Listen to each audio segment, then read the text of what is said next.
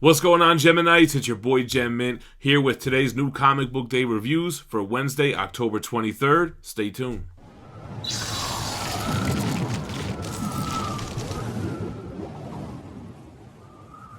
Alright guys, you know how we do it, keeping it spoiler free. I don't really have that many books today and no independents, just a couple of DC and Marvel books. So let's just jump right into it. First we have Batman Curse of the White Knight, book 4. What happened in book 3, we had the death of Jim Gordon, so we're dealing with the aftermath of that. Barbara's pissed, she wants blood, and we get some more Azrael Batman stuff in this kind of White Knight universe that's part of this DC Black label. A quick little scene on Harley Quinn. She did have the twins. They're born, they're chilling. She's trying to get some rest. Nothing really going on with that. I guess Harley is kind of Bruce Wayne's ace in the hole that he's going to use to kind of win again, since she was the key in the original White Knight run. But otherwise, nothing much more happened there. A little bit of Alfred stuff with a journal from the Joker that was given to him early in Batman's career. And I guess it pertains to this whole Wayne verse. I forget what the Azrael names are, Braddock or something like that. Anyway, a little confusing having all these different Batman titles. You got Curse of the White Knight, Last Night on Earth, Batman, and then we have this Batman and Superman. Batman and Superman continues where the Batman Who Laughs left off. We had that whole infecting Justice League members, the Shazam that laughs, and at the end of the last issue, we saw that Superman got converted. He infected himself in order to try to infiltrate Batman Who Laughs kind of plan and figure out what's going on. Well, it's not that easy to trick the Batman Who Laughs. I mean, he is Batman from a different part of a different universe. We get another infected DC hero here. I'm not going to mention any names, but he's from El Paso, Texas. And we get a Lex Luthor tease at the end. It seems like him and the Batman Who Laughs are going to butt heads on this whole trying to take over thing. So, interesting cover. I really like... that's an interesting issue. I really like the cover here. It's kind of dope with Superman putting the blood on the emblem there. It's always freaky when you see an evil Superman. So actually, that's the only DC books I have. Then we have Absolute Carnage, Lethal Protectors 3. Lethal Protectors was alright. I mean, we have the Shriek as Dima Goblin, so that was kind of fun. Otherwise, it was just kind of like a Maximum Carnage homage, riot in the streets with the Carnage flunkies or goons or whatever you want to call them. Nothing much happened here. We do find somebody else that's able to really kind of control their thoughts, even though they're possessed by Null and these Carnage symbiotes, kind of like how Miles Morales was able to. So it's actually the son of J. Jonah Jameson, the Man-Wolf thing. So, I mean, nothing much happened here. Amazing Spider-Man 32. So, they've been teasing this 2099 storyline. It's not like a whole reboot or a new series, but it looks like it's a storyline.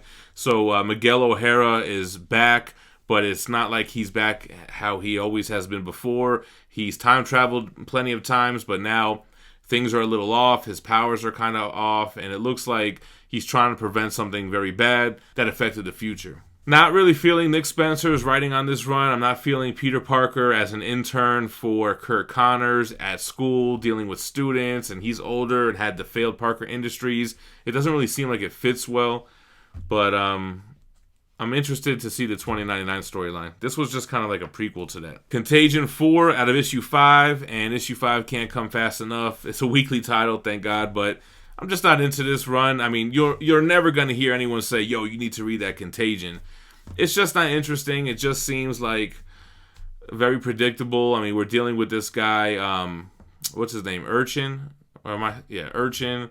And he's got these people possessed with his whole plague, infestation, virus thing, and the very dope cover by Moon Knight. It looks like Moon Knight might be able to save the day, because similar to like the Carnage thing, when they're taken over, it's kind of like a hive mind thing, and being that, you know, Moon Knight has multiple personalities, I think what they're going to try to do is get him captured. One personality will be infected, but then the rest of him are going to be able to roam free and take down the bad guys. So that's Contagion. just a kind of zombie book, but not with zombies, but like a plague. Immortal Hulk 25. What? What the hell happened in this book, man? So what was dope about issue 24 is that, you know, we know that Hulk is like the breaker of worlds. That's the kind of thing they've been building up here. And Galactus, he is the lone survivor from a dying universe. That he's the last one, and he becomes the devourer of worlds. Well, they're kind of setting up where Hulk is going to be the last remaining survivor of this universe, and he's the breaker of worlds. But this whole entire issue is kind of like this abstract organisms having sex and doing crazy shit, and it looks like, to me, what I got out of it was that they birthed a new universe. That I guess the plan is that Hulk would leave this universe as the last survivor and go into the new one as a deity. I could be way off, but that's kind of what I pieced together from this. But this was a weird-ass book. Very little Hulk, except for you got a Galactus-looking Hulk, which was kind of cool, but really abstract and weird stuff going on here.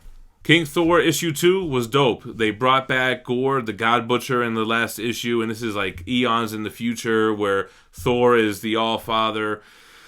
And we have a very cool issue here that has a battle between Thor and Loki, and then Gore, and then all three of them, and it's just kind of a melee. It seems like Loki resurrected Gore in order to kill Thor so that Loki could kill him, but then it was like the plan didn't really work out as planned. But it was a cool action-packed issue.